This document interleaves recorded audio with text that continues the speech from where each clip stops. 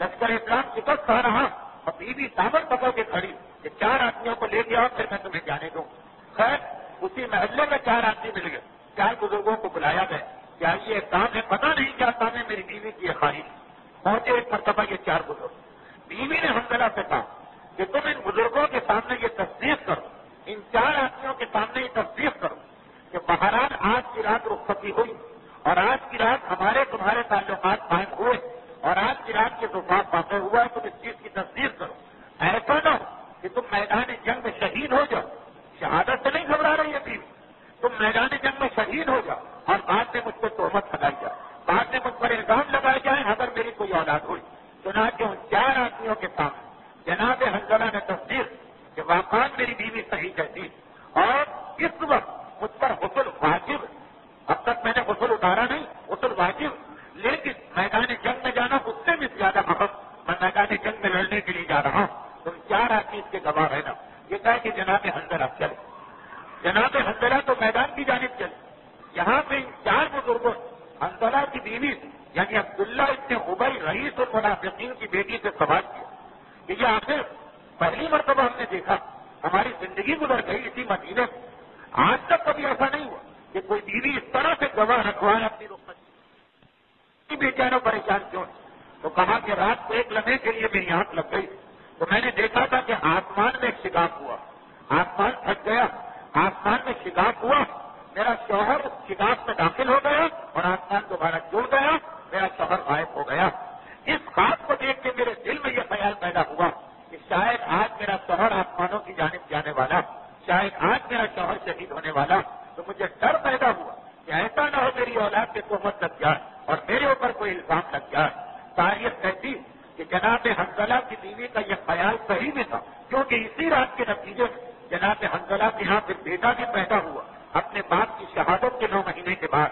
اس بیٹے کا نام عبداللہ تھا اور یہ عبداللہ وہی شخصیت بنے کہ جب یزید نے مدینے پہ حملہ کیا, یزید کے جرائم میں سب سے بڑا اور اہم ترین جرم تو کربلا ہے, لیکن اس کے بعد یزید نے ایک مرتبہ مدینے پہ حملہ کیا اور ایسا حملہ کیا جس میں رسول کی مسجد النبوی میں استبل بنا کے گھوڑوں اور گدھوں کو باندھا گیا, رسول کے ممبر پر بندروں کو لا کے نچایا گیا اور رسول کی قبر پر بیٹھ کے شراب کی گئی.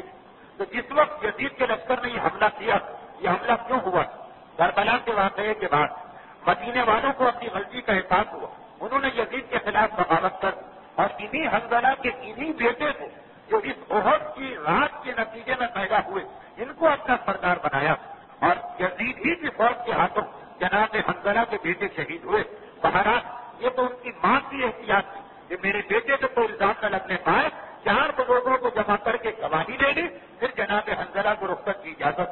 جناب حنظلہ میدان احد کی جانب بجلی کی تیزی سے دوڑے جا رہے کیونکہ ان کے کان تک یہ خبر پہنچی کہ مسلمانوں کو شکست ہوئی. میدان احد میں داخل ہوئی اور سب سے پہلے ان کی نگاہ سردار لشکر مکہ ابو سفیان پہ پڑ گئی. انہوں نے سوچا کہ باقی مسئلے بات کے میں پہلے اسی پہ حملہ کیوں نہ کر دوں, اگر یہ ختم ہو گیا لشکر کفار سے سر بے سر ہو جائے گا. یہ سوچ کے تلوار لے کے حملہ کیا. جیسے ہی ابو سفیان نے حنظلہ کو آتے دیکھا ایک مرتبہ فریاد کہ اے میرے ساتھیوں میری مدد کو آؤ. ایک مرتبہ ہجوم چاروں طرف سے گھیر کے کھڑا ہو گیا. جناب حنظلہ کے لیے لڑنا مشکل ہو گیا, لیکن اس حالت میں بھی تلوار چلا رہے. ایک نوجوان نے پیچھے سے آ کے جناب حنظلہ کے پہلو اتنی قوت سے نیزہ مارا کہ ایک پہلو میں گڑا اور دوسرے پہلو سے یہ نیزہ باہر نکل گیا. جناب حنظلہ زمین پہ گرے, مگر گرتے گرتے وہ جوش کہ نیزہ مارنے والے کی گردن کو اپنی تلوار سے جدا کیا اور اسی میدان احد میں شہادت پائی. تاریخ کہتی کہ جب شام کا وقت آیا اس میدان اور احد کی لڑائی اختتام کو پہنچی تو پیغمبر اسلام نے 5 صحابیوں کا نام لیا اور کہا کہ جا کے ان کے لاشیں لے کے آؤ. اس میں سے ایک مرتبہ پیغمبر نے کہا کہ تم میں سے کسی نے حنظلہ کا لاشا دیکھا؟ سوال کیا صحابیوں کہ اللہ کے رسول آپ کی سوال کیوں کر رہے ہیں؟ کہا کہ میں نے ابھی ابھی دیکھا آسمان سے فرشتے سونے کے برتنوں جنت کی کوثر کا پانی لے کے آ رہے, اور جب میں نے پوچھا کہ یہ پانی کیوں آ رہا تو مجھے بتایا کہ آپ کے آج کے شہید ہونے والوں ایک ایسا شہید بھی ہے کہ جس پر غسل واجب تھا اور اس نے کس حالت میں شہادت کو پایا, ہم اس کو غسل دینے کے لیے آ رہے.